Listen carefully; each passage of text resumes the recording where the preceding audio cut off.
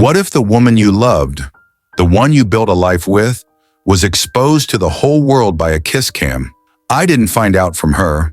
I found out with 2 million strangers watching, and that's when everything began to unravel. My wife, Jenna, told me she was going on a weekend girls trip to Boston. Spa day, wine night, Coldplay concert, she said while packing. She sounded excited, maybe too excited. I didn't think much of it at the time. Jenna and I had been married for 6 years. Sure, we had our ups and downs like every couple, but I trusted her. The morning she left, she kissed me on the cheek, not the lips. I remember that small detail clearly now. She said, "Don't wait up, babe," and left in a rush. That Saturday night I stayed in. I made some ramen and scrolled through TikTok, trying to drown out the loneliness. That's when it happened.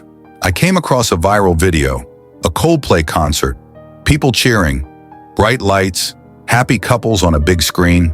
Then suddenly 2 familiar faces flashed across the screen. My heart stopped. It was Jenna and her boss, Brian. The camera zoomed in on them. They looked caught, like 2 kids stealing candy. She leaned away. He awkwardly smiled and looked around. The internet was laughing at their reaction, but I wasn't laughing. My hands were shaking. I watched the clip again and again.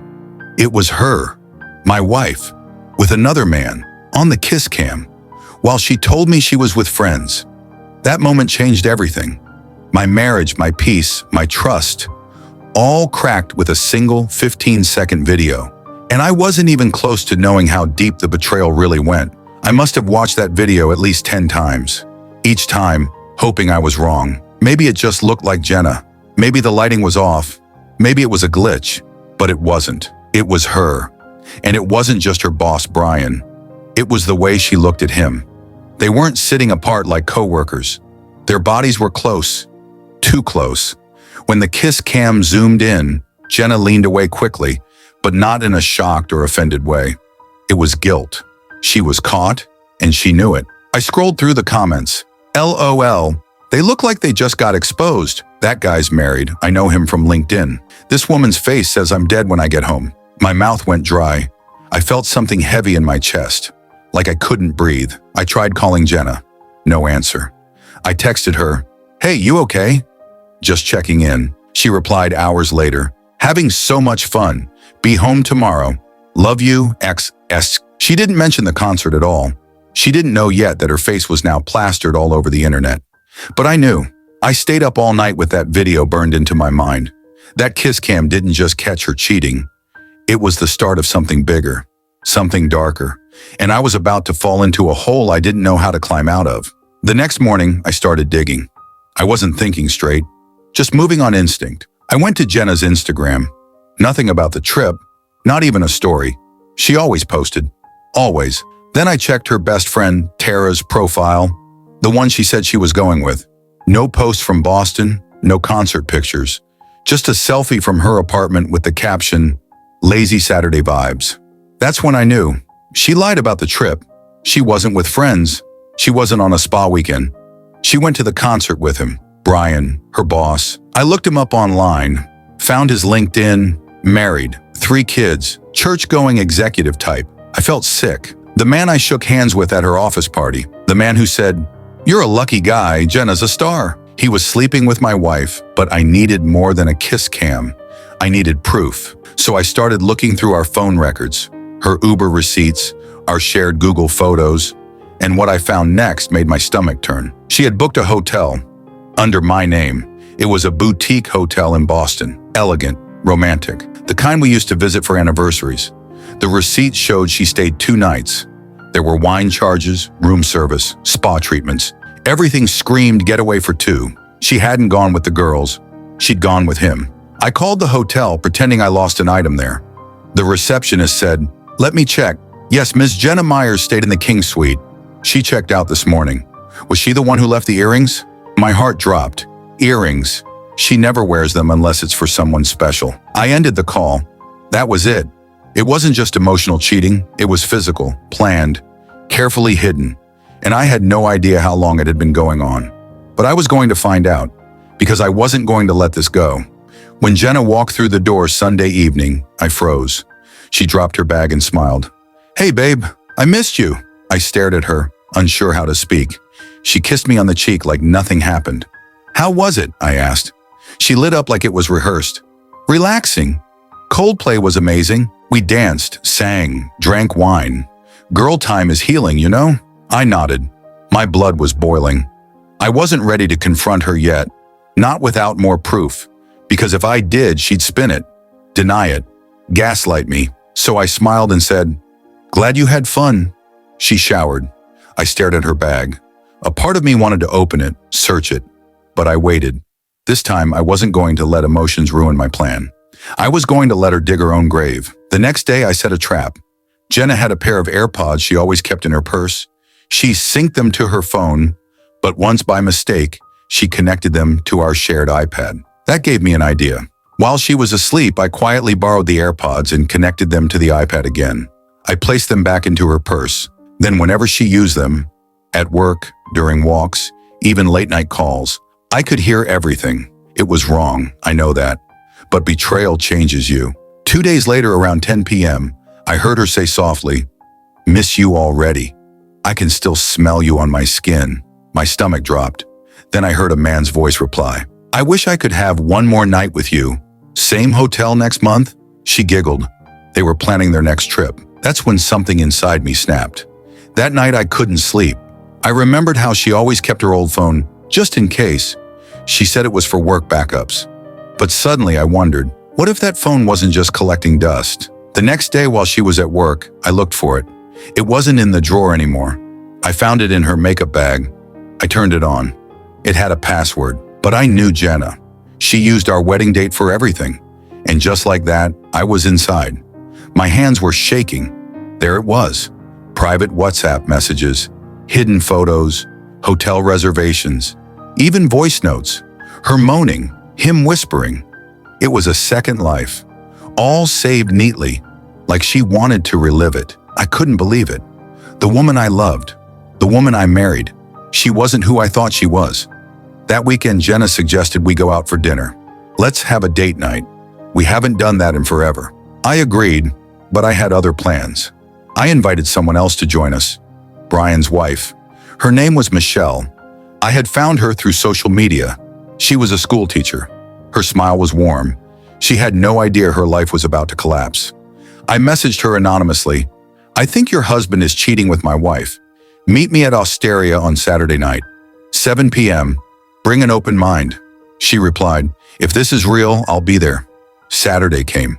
Jenna dressed up, lipstick, heels, the works. She thought we were going on a romantic date, but she had no idea it was going to be her last night living a lie. We arrived at the restaurant. I was calm, too calm.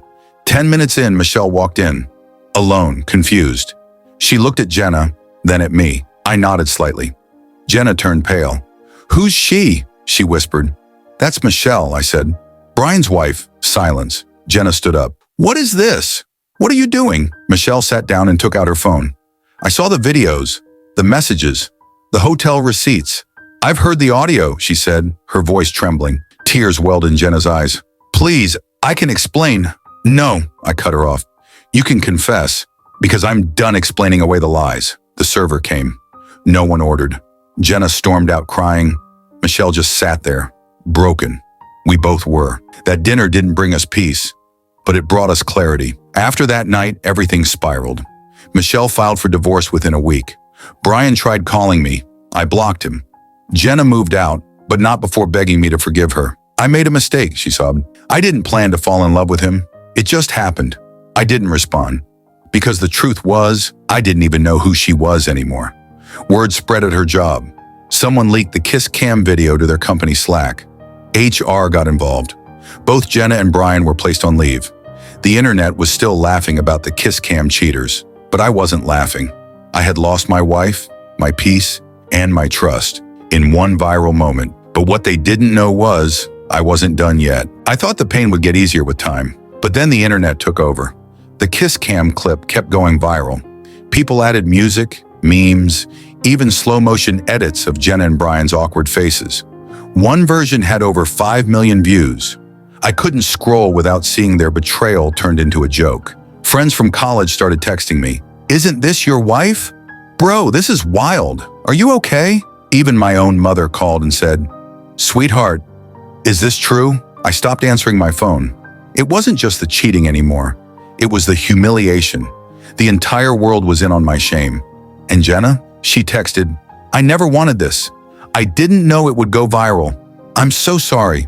But it was too late. She had already exposed who she really was. And the internet never forgets. I finally met with a divorce lawyer. He looked at me and said, You're lucky she cheated publicly. Judges don't like being made fools of. He asked if I had proof. I showed him everything. The video, the messages, the call logs, even the audio from her AirPods. He nodded. You have a rock-solid case. You'll keep the house, the car, possibly even get spousal support if she loses her job. I didn't care about the money. I cared about closure. I needed to end this with dignity. The lawyer asked if I wanted to sue for emotional damages. I said no, but I did want something else. I want her to know exactly what she threw away, I told him. He smiled. We can make that happen. Jenna lost everything in 1 week. HR didn't fire her, but they demoted her. Her reputation in the office was ruined. People whispered behind her back. Michelle told everyone, even her church group. Jenna ruined my marriage, she said, and I hope God makes her feel it every day. Jenna called me crying. They hate me, she whispered. I can't go to work. I can't show my face. Everyone thinks I'm a monster. I stayed silent. Then she asked, Can we please talk? Not about us, just as people. So I met her at a park. She looked thinner, pale, broken. I don't know how to fix this, she said. I looked her in the eye and replied, You can't. I never planned to go public. But after weeks of being the punchline of a viral joke, I wrote a letter. I didn't name names. I didn't shame Jenna, but I told the story from my side. The husband who found out he was being cheated on via a kiss cam. I posted it on Reddit under an anonymous name. The post exploded.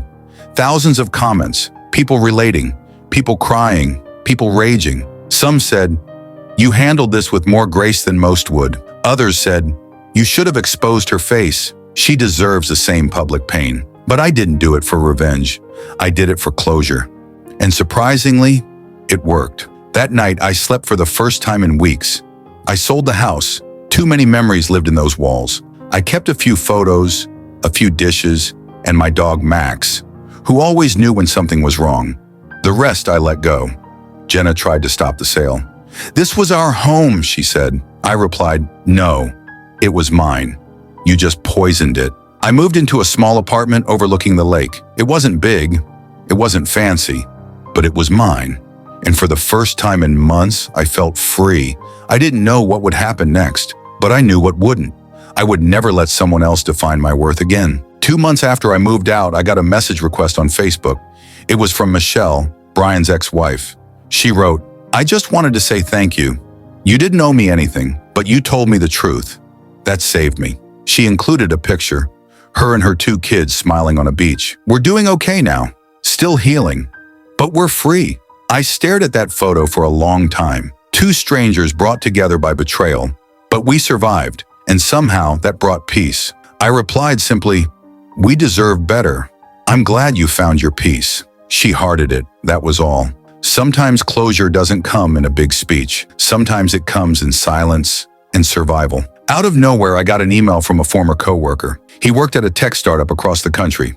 He wrote, Saw your Reddit story. Didn't know it was you until I put the pieces together. We're hiring, and we could really use someone like you. It was a fresh start, a new city, new job, no reminders of Jenna, no more kiss cam whispers. I took it, felt like shedding a skin. The moment I boarded that flight, I realized I wasn't running from pain anymore. I was walking into peace. I left. I got one last voicemail from Jenna. Her voice was shaky. I heard you're moving. I guess that's it. I just wanted to say, I know I ruined everything. I don't expect forgiveness, but I loved you once. And I hope you'll be okay. I listened to it once, deleted it. Was nothing left to say. Sometimes the most powerful thing you can do is not reply. The internet made jokes.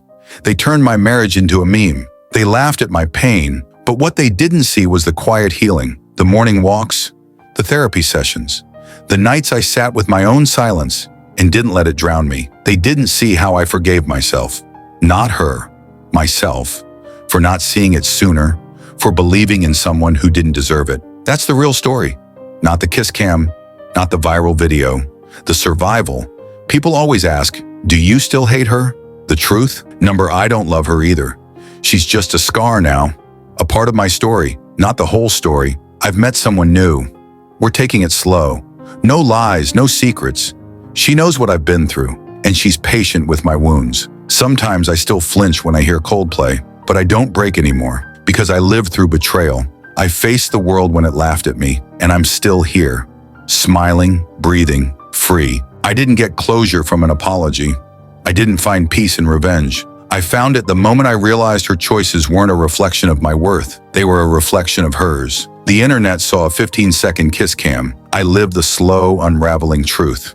And still, I survived. If you're reading this and going through something similar, just know, you're not weak for loving. You're not broken for being betrayed. Healing doesn't come all at once. It comes in pieces, in silence, in choosing yourself every single day. I'm still learning, but I'm no longer bleeding. This story hit close to home. You're not alone. Leave a comment, even just a heartbreak emoji, if you've ever been through something similar. Don't forget to like, subscribe, and turn on the bell, because on this channel, we tell the stories others are too afraid to share. More secrets, more regrets, more truth. Watch the next story now. You won't believe how it ends.